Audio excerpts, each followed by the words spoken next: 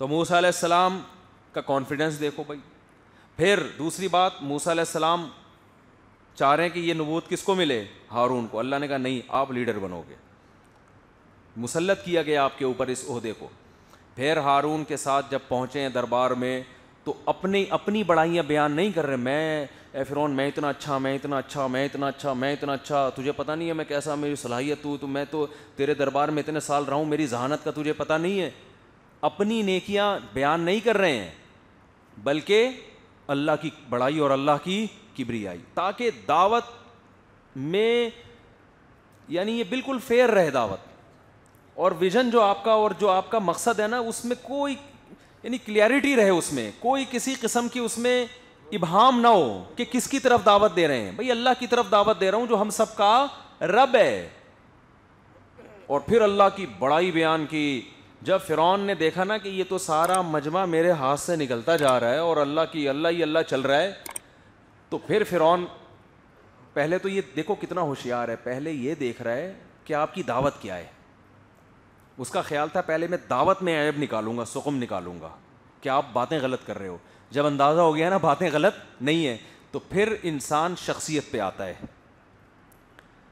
جتنے لوگ جو حق کے خلاف چلتے ہیں پہلے وہ حق کی دعوت میں کیڑے نکالنے کی کوشش کرتے ہیں, پھر جب دیکھتے ہیں کہ یار ان کی دعوت میں کوئی سقم نہیں ہے, پھر شخصیتوں پہ کیا اچھالا جاتا ہے, کیچڑ.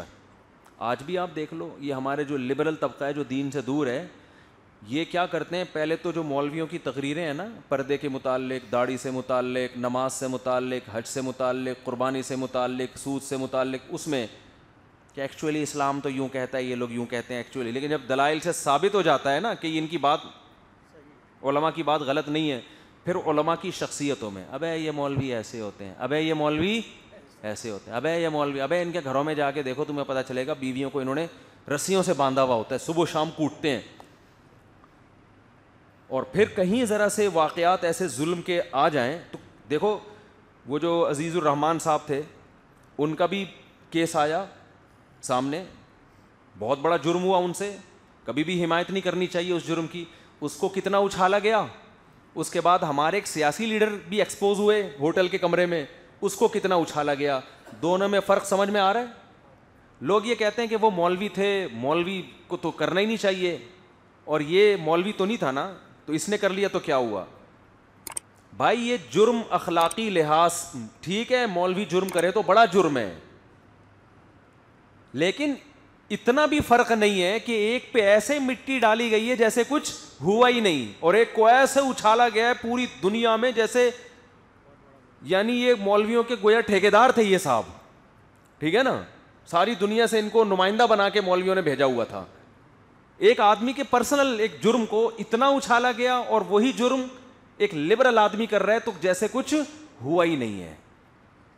تو یہ فرق بھی اسی وجہ سے ہے کہ جب تک مولوی کو آپ اس کی حوصلہ اس کو معاشرے کا ایک قابل اعتراض فرد نہیں بناؤ گے, اس وقت تک آپ کو یہ خطرہ ہے کہ دلائل کی دنیا میں یہ باتوں میں غالب آ جائے گا. دلائل کی دنیا میں غالب آئیں گے باتوں میں, ہمارے پاس ان کی باتوں کا جواب نہیں ہے.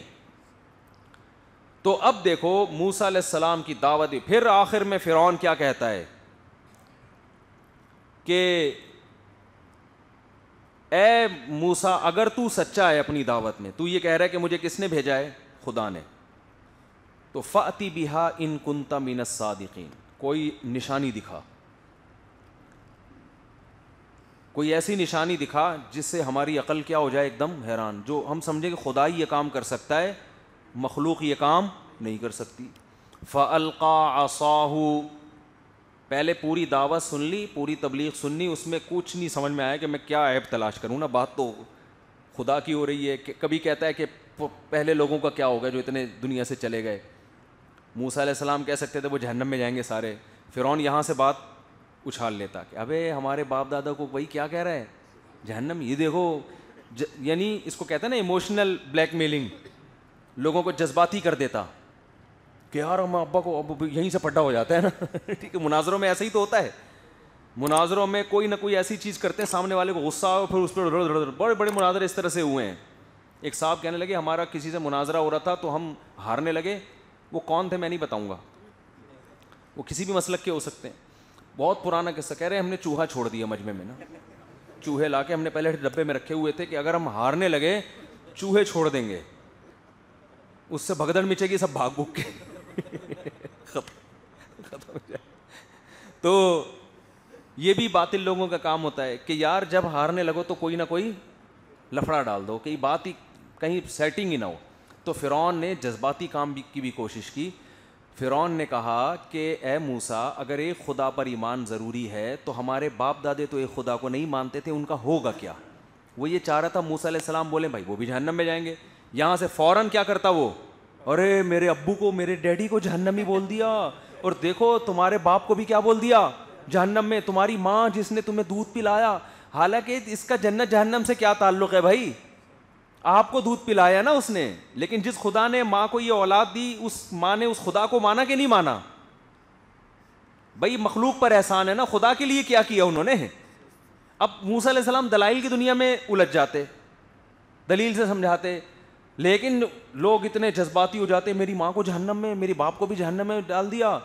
اب یہ تو بڑا پھڈا کھڑا ہو جاتا. وہ دلائل سے سمجھاتے کہ بھائی تیری ماں کا جنت جہنم سے کیا تعلق ہے, جنت جہنم کا تو عمل سے تعلق ہے نا. اللہ یہ دیکھ کے کسی کو جہنم میں ڈالے گا کہ مشرک تھا, یہ دیکھ کے تھوڑی ڈالے گا کہ تیری ماں تھی یا تیرا باپ تھا. ایسے تو بھی کسی کا باپ ہے, پھر تو ساری بحث ہی غلط ہو گئی. تو دلیل حضرت موسیٰ کے پاس بہت واضح تھی جواب دینے کے لیے, لیکن حضرت موسیٰ بہت ذہانت اور حکمت بصیرت کے ساتھ دعوت دے رہے تھے. ان کو پتا تھا ابھی یہ فرعون کی چالاکی وہ سمجھ گئے. بالکل ایسے جیسے ہم نے کہا نمائندے سے رابطہ کرو, ڈائریکٹ ہم سے رابطہ کرنے کی ضرورت, نمائندے کا نمبر یوٹیوب پہ ڈالو تاکہ پتہ چلے کہ یہی نمائندہ ہے, ورنہ ہمیں مکر جائے گا بھائی ہمارا نمائندہ نہیں تھا یہ. سمجھتے ہو بات کو کہ نہیں سمجھتے؟ خیر یہ اتنا بڑا واقعہ نہیں تھا, ایمان کفر کی جنگ نہیں تھی. میری تو عادت ہے نا درمیان میں چیزیں لانے کی, تو وہ ایمان کفر کی جنگ تھی. یہ تو چلتا ہے مارکیٹ میں جو کچھ ہو رہا تھا.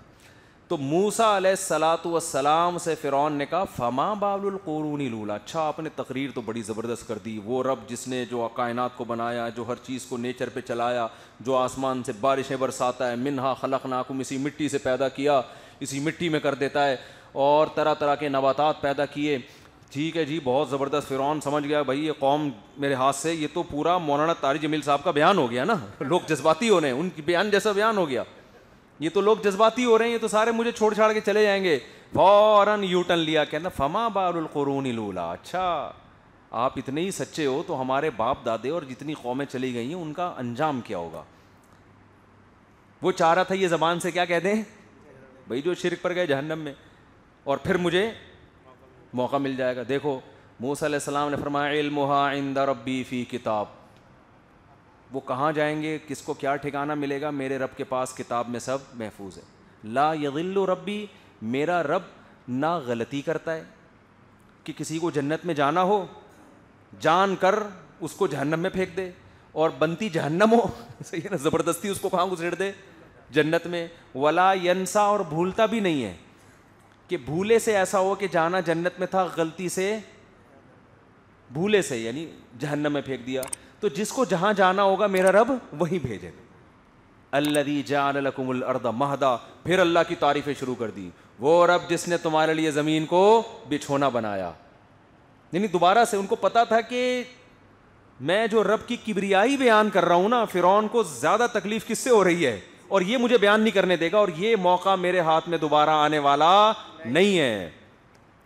وَسَلَكَ لَكُمْ فِيهَا سُبُلًا, اور زمین میں اس نے تمہارے لیے راستے بنا دیے. میں حیران ہوتا ہوں جو پہاڑی سفر کرتا ہوں نا, میں ہر پہاڑ میں راستے بنے ہوئے ہیں بھائی, کتنی چوڑی چوڑی سڑکیں. یہ خدا کی طرف سے پہلے سے انتظام ہے اس کائنات میں.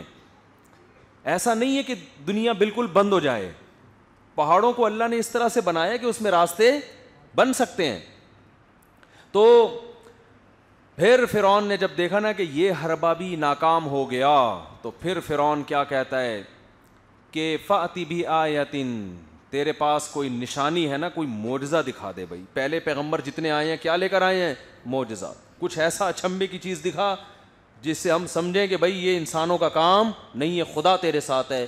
فوراً, اب میں بتا رہا ہوں نا, ڈاکومنٹس پیغمبروں کے پاس بہت مضبوط ہوتے ہیں.